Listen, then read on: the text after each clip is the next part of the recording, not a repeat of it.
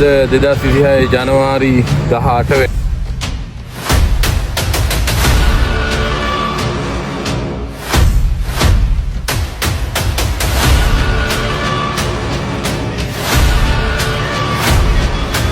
අරුණ පිරිස එක්ක වෙලා තමයි මේ පාලම් මේ ධාරි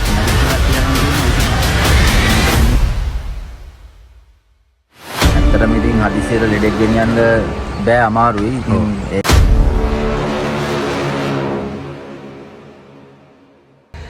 හෙලෝ කොහොමද ඔයාලා හැමෝටම මදත් ආදරෙන් පිළිගන්නවා මගේ channel එකට GS Plus show.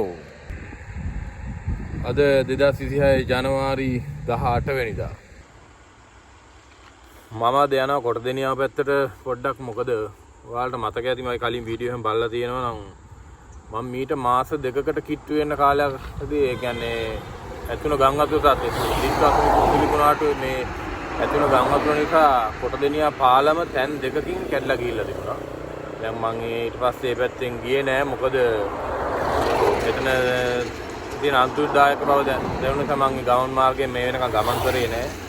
මම අද පොඩ්ඩක් යන්නේ මේ පැත්තට. මොකද පාලමේ තත්ත්වය කියලා බලන්න. මොකද මේ වෙනකොට ඒක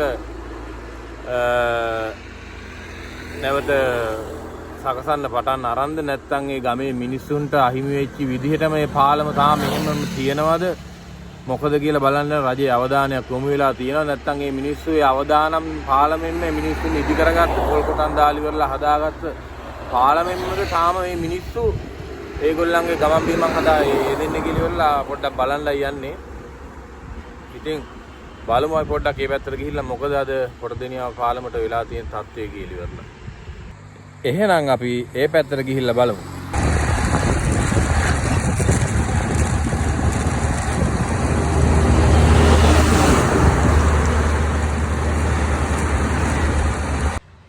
ඕකේ අපි එහෙනම් ඇවිල්ලා ඉන්න තැනට අපි නම් බලමු පාලම් පැත්තට පොඩ්ඩක් ගිහිල්ලා ඉවරලා මොකද තත්ත්වය කලින් තිබ්බා වගේමද නැත්නම් ඒක වෙනස් වෙලාද පාලම හරියට සකස් කරලාද කොහොමද කියලා බලමු මේ පැත්තට පොඩ්ඩක් ගිහිල්ලා. හරි එහෙනම් අපි පාලම් පැත්තට ඇවිල්ලා තියෙන්නේ.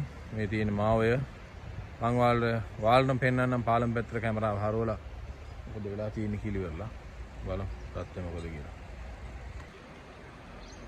ඔන්න එහෙනම් ඔයාලම බලා ගන්න එදයි එදා තිබුණු සත්‍යයයි අද තියෙන වෙනසයි. මොකද පේන්නේ වෙනසක් වෙලා කියලා දෙයක් නැහැ නේද? ලොකු වෙනසක් වෙලා නැහැ. පාලම වෙලා තිබ්බ තත්ත්වෙමයි අදටත් එහෙමයි. අර පොඩ්ඩක් නිකන් පොඩි තාර ටිකක් තිබ්බ එදා తాවකාලික හදලා තිබ්බ පාර උඩ අද ඒ තාර ටික වෙනුවට ලෑලි ටිකක් නම් තියෙනවා. මේක දැන් පැහැදිලිව පේනවා අර මේ කලින් වැටුණු කොන්ක්‍රීට් කුට්ටි එහෙම දැන් වතුර අඩු වෙලා පැහැදිලිව පේනවා එතන තත්ත්වය. කලින් වැටුණු කුට්ටියයි කුට්ටි දෙක තුනම කියනවා. මම දැන් කලිනුත් දැක්කා මේ පාරේ ත්‍රිවිලුත් යනවා. ත්‍රිවිලුත් යන වේ අවදානමක් අරන් ඉතින් මිනිස්සු තමන්ගේ ගමන් යනවා. අන්තත් වල පේනවා මිනිස්සු බොහොම අමාරුවෙන් කල්පනාවෙන් තමන්ගේ අවස්ථාවෙන් පේනවනේ දැන් අහන සත්‍ය තාම ඉතින් මේ මිනිස්සුන්ට තියෙන අසරණකම එහෙමමයි.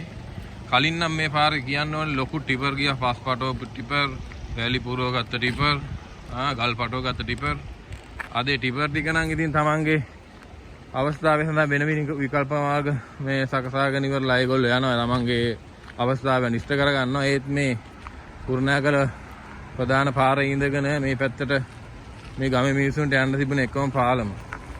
ඔය පේනවා ත්‍රිවිලුත් යනවා. එකම පාලම අද මිනිස්සුන්ට සුරක්ෂිතතාවයක් නැති වෙලා තියෙනවා මේ ගම් අතුණු තත්ත්ව නිසා. තැන් දෙකකින්ම කැඩලා ගිහිල්ලා තියෙනවා. ඉතින් මේ මිනිස්සුන්ට හරියමං ඉදිරියට තමන්ගේ පුට් සයිකල් යන මිනිස්සයාට මෝටර් බයික් එක යන මිනිස්සයාට පයින් යන මිනිස්සයාට ඒ පොඩි දුප්පත් මිනිස්සයාට අද සෑහෙන දුක් කරදර විඳින්නලා තියෙන තමන්ගේ ගමන් පහසුව සඳහා තමන්ගේ ජීවිතයේ අවදානමක් දරා ගන්නලා තියෙන තත්ත්වයක් පෙන්ලා යන්නේ.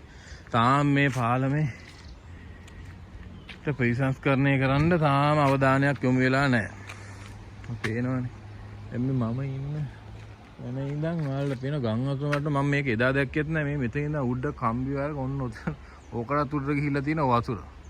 මේ ඉන්න පොළොම හොඳ කොහොමද වතුර පාර එදා ඇවිල්ලා තියෙන්නේ.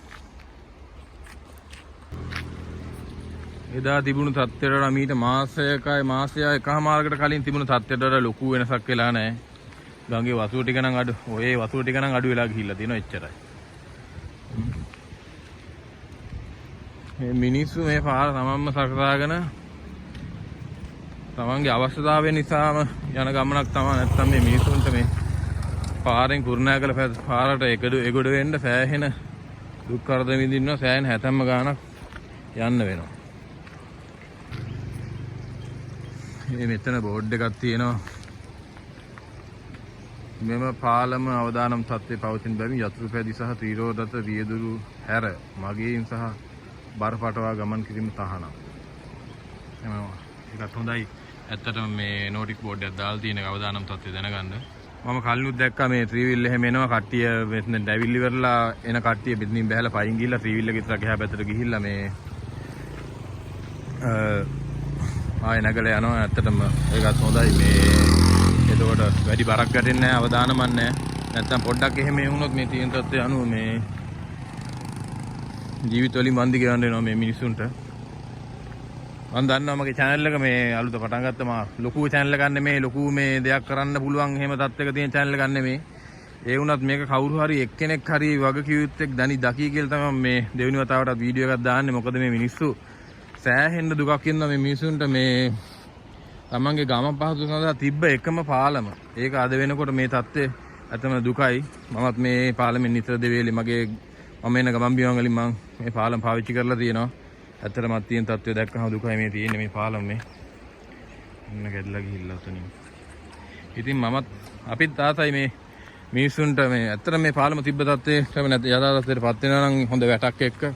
මොකද කලින් වතාවක ඇති වෙච්ච ගම් වතුර නිසා මේ පාලමේ තිබ්බ ආරක්ෂිත වැටවල් දෙකම කැඩලා ගිහිල්ලා තියෙනවා. ඒ වෙලාවේදී එක් පුද්ගලයෙක් මේ පාලමෙන් වැටලා ජීවිතක්ෂයටපත් වෙලා තියෙනවා කියලා තමයි ආරංචිය.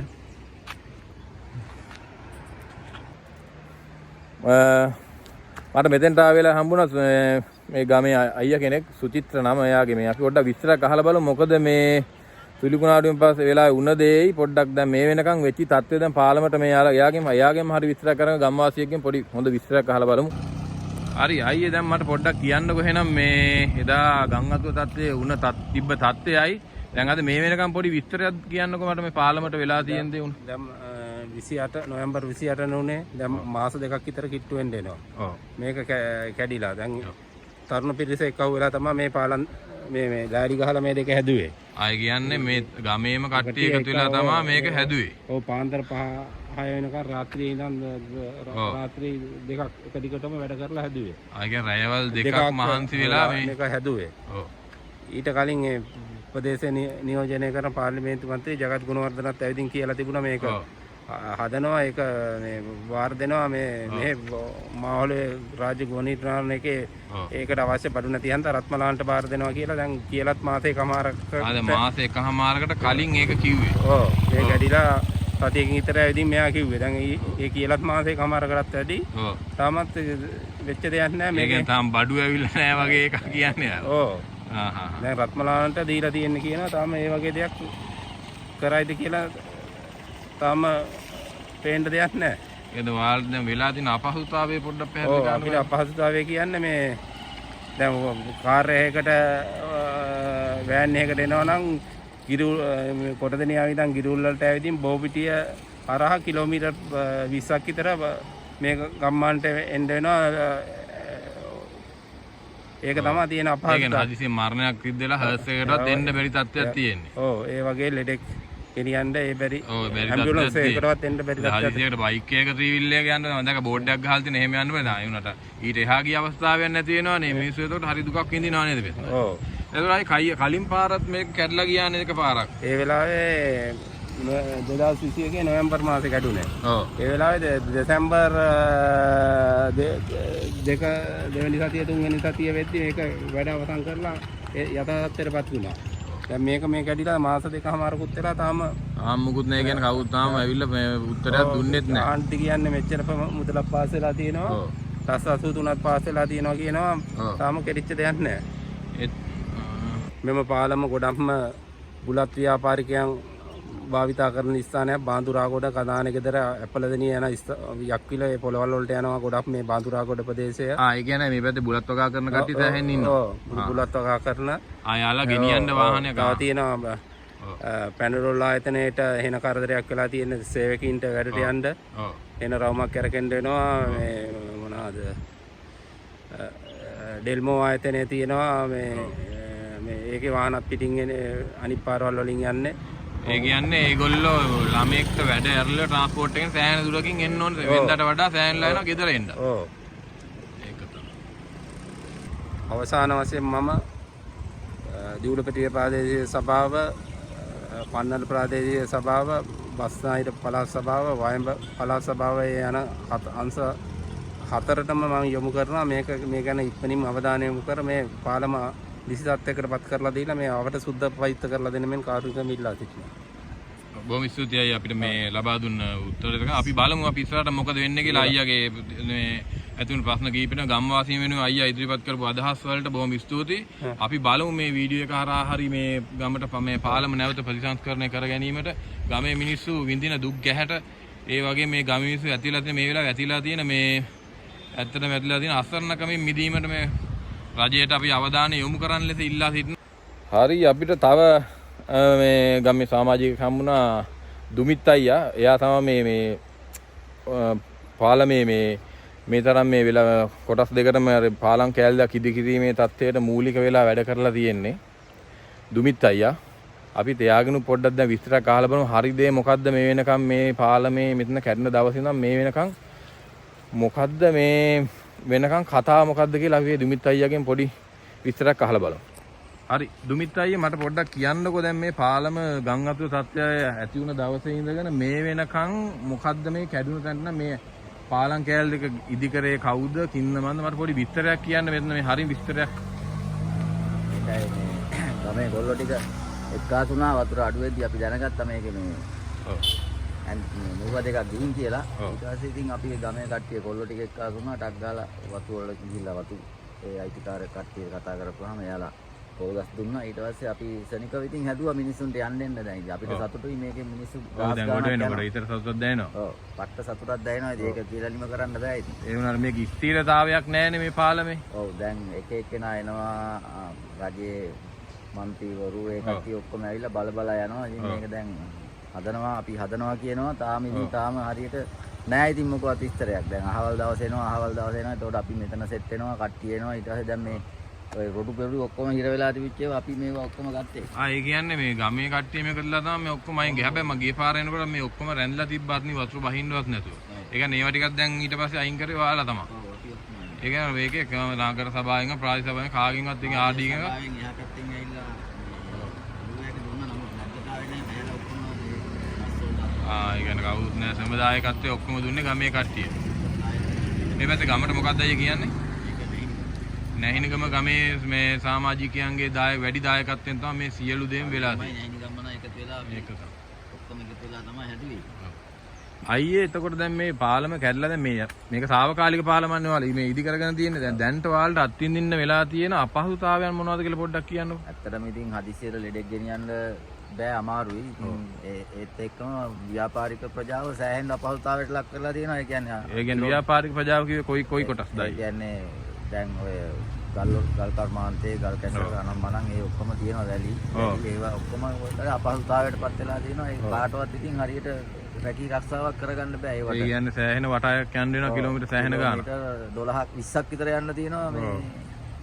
මට අර කලින් විස්තර දාන කුබු අයියා කිව්වා බුලත් කරන කට්ටිය සෑහෙන ඉන්නවා කියලා. ඒක ගෙනියන්න සෑහෙන. ඔව් බුලත් කරන මේ බුලත් ඉතින් එදිනෙදා ගොවි දැන් බත් කරගෙන ඉන්න මිනිස්සුත් ඉන්නවා. ඒ කට්ටියට යන්න බෑ ඉතින්. ඔව්. ඒකට අය මරණයක් එහෙම වුණොත් වෙලා හරි මිනිහ ගේන්නවත් තර්ස් එකක් එහෙමත් බෑ ඉතින්. එහෙමත් බෑ නේද? මේකෙන් මම දැන් මෙතන අරන් තිනවා මැරිච්ච කට්ටිය අරන් තිනවා 25. මෙතන විතර නෙමෙයි මාවේ දිගටම මට තමයි කතා කරන්නේ. ඒ කියන්නේ මේක බේරගෙන තිනවා 100 ගානක් 150ක් 60ක් විතර මෙන්න කලින් ඉඳන් මම දැකලා තියෙනවා නානවා හැම කරනවා කට්ටිය නේද?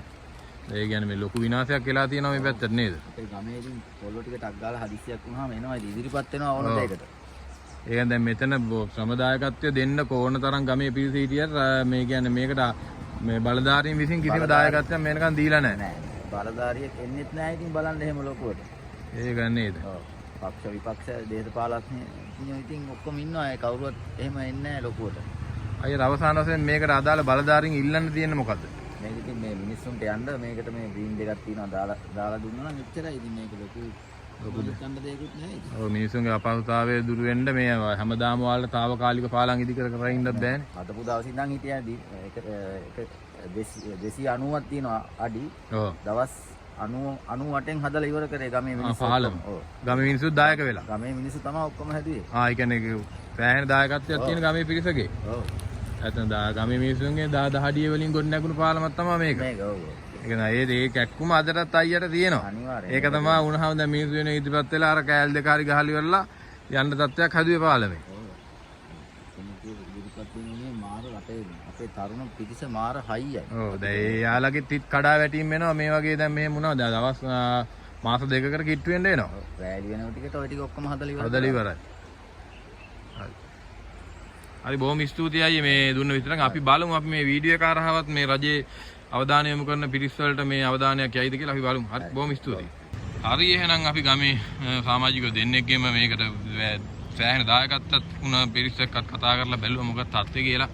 නැත්නම් සෝචනීය සත්‍යයක් තියෙන්නේ. ගමේ මිනිස්සු ලෑස්ති ඕන්ලාක බැහැලි කරලා පාලම කොට දාගන්න මේ මිනිස්සුන්ට මුදල් සම්පාදන විතරයි අඩු. මිනිස් ශ්‍රමයෙන් කිසිම මේකක් නැහැ. යාළට ඕන දෙනවා නම් එයාලා ලෑස්ති මේ පාලම කොට දාන්න.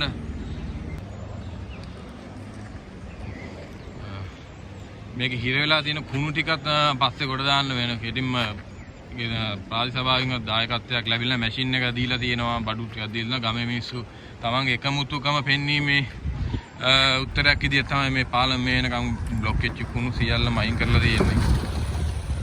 මෙතෙන්ට දේශපාලනයේ අදාළත්වයක් නැහැ. කිසිම දේශපාලන පක්ෂයක දේශපාලනයක් කිසිම අදාළත්වයක් නැහැ. මිනිස්සු ඇట్లా තියෙන අසරණකම තමයි. මමත් මගේ ගමන් බිම යනකොට මේ පාලම හරහා ගමන් කරලා තියෙනවා. ඔයාලට පේනවා ඇති මේ දැල්ලා තියෙන කුණු ගොඩ.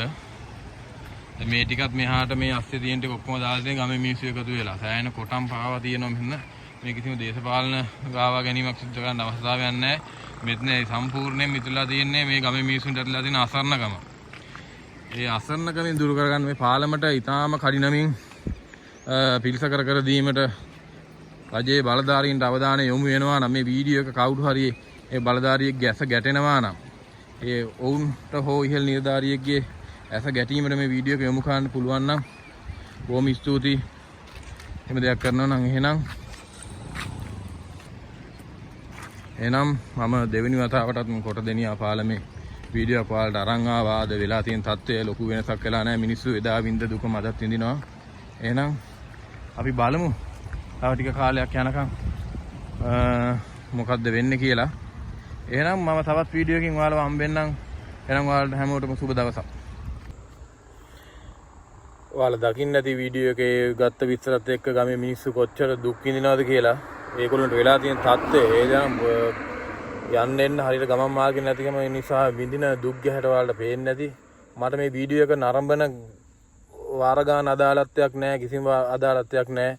මේක වීඩියෝ එකේ දුවයිද නැද්ද කියන එක මම දන්නේ නැහැ. ඒ වුණත් මේක යම් කිසි පුද්ගලයෙක් දකිනවා නම් යම් කිසි වගකීම් යුතු පුද්ගලයෙක්ට පෙන්වන්න ළඟට ගෙනියන්න තරම් පුද්ගලයෙක් මට මේ පුද්ගලයෙක් දකිනවා නම් මට මෙච්චර ඉල්ලන්න තියෙන්නේ මේ දේවල් වලට වගකීම් යුතු පුද්ගලයෙක් ඉන්නවා නම් ඒ පුද්ගලයන්ගේ ඇස් ගෙඩි ඉස්සරහට ගෙනියන්න මේ වීඩියෝ එක ගෙනියන්න පුළුවන් කෙනෙක් ඉන්නවා නම් ඒ වීඩියෝ එක ගෙනියන්න ඕගොල්ලන්ට අනේක වාරයක් පිං බොහොම ස්තුතියි. මේ මිනිස්සු වෙනුවෙන් මේ දේ කරන්න පුළුවන් කෙනෙක් ඉන්නවා නම් කරන්න. මේකයි රජයම වෙන්න ඕනේ නැහැ. තව මේක මේ මිනිස්සුන්ට උදව් කරන්න කවුරු හරි පුද්ගලයෙක් ඉදිරිපත් වෙනවා නම් මේ මිනිස්සුන්ට ගම් අතුරාවට මේ මිනිස්සුන්ගේ මේ හයිය ගහගෙන ගිහිල්ලා නැහැ. පාලම ගලවගෙන ගියාර මේ මිනිස්සුන්ගේ ධෛර්ය ගලවගෙන ගිහිල්ලා නැහැ. මේ මිනිස්සුන්ට අවශ්‍යතාවය තියෙන්නේ සම්පත් දායකත්වයේ විතරයි. මේ මිනිස්සු ශ්‍රම දායකත්වයේ සියල්ල දෙන්න ලෑස්ති. දැන්ටත් මේ පාලම මේ තත්ත්වෙන් හරි තියෙන මේ ගමේ මිනිස්සුන්ගේ හයිය නිසා මේ මිනිස්සුන්ට අවශ්‍ය ගන්න සම්පත් දායකත්වයක් විතරයි. මිනිස්සු ළඟ මුදල් නැහැ. ඒ දේවල් නැහැ මේ මිනිස්සු ළඟ. ඒ මිනිස්සු ළඟ තියෙන ශ්‍රමය, ශක්තිය, කැපවීම තියෙනවා. ඒ දේවල් ඔක්කොම මේ මිනිස්සුන් සම්පත් දායකත්වයේ දක්වන්න කවුරු හරි ඉන්නවා නම් ඉදිරිපත් වෙන්න බොහොම ස්තුතියි. ලොකු උදව්වක්. අවසාන වශයෙන් තව දෙයක් කියන්න ඕනේ. නම් කිව් අවුරින් නොකිව් අවුරින් මේ පාලම හදන්න එකතු වුණ මේ ගම් කීපය හෝ ගම් අවුරින් කියන්න බැරි වුණ මේ ගම්වල තරුණයන් පිරිස සහ එකතු වුණ සමාජිකයන්ට බොහොම ස්තුතියි. මොකද මම අදත් මේ පාලමේ ගොඩනේ ඔබගේ තියෙන ධෛර්යය හා හයිය නිසා ඔබලා ඉදි කරලා දුන්න මේ తాවකාලික පාලම නිසා ඔබලාට අනේක වාරයක් ස්තුතියි. බොහොම පිං මේ ගමේ මිනිස්සු වෙනුවෙන් ඉදිරිපත් වෙලා මේ දේ කෙරුවාට ඔබලාට ඉක්මනින්ම අලුත් පාලමක් ලැබෙන්න කියලා මම ප්‍රාර්ථනා කරනවා. මේ වීඩියෝ එක හරහා හරි ඔබලාට උදව්වක් වෙනවා නම් ලොකු දෙයක්. එච්චරයි මට අවස්ථාවේ තියෙන්නේ. එහෙනම් අපි ආයෙත් හම්බ වෙමු.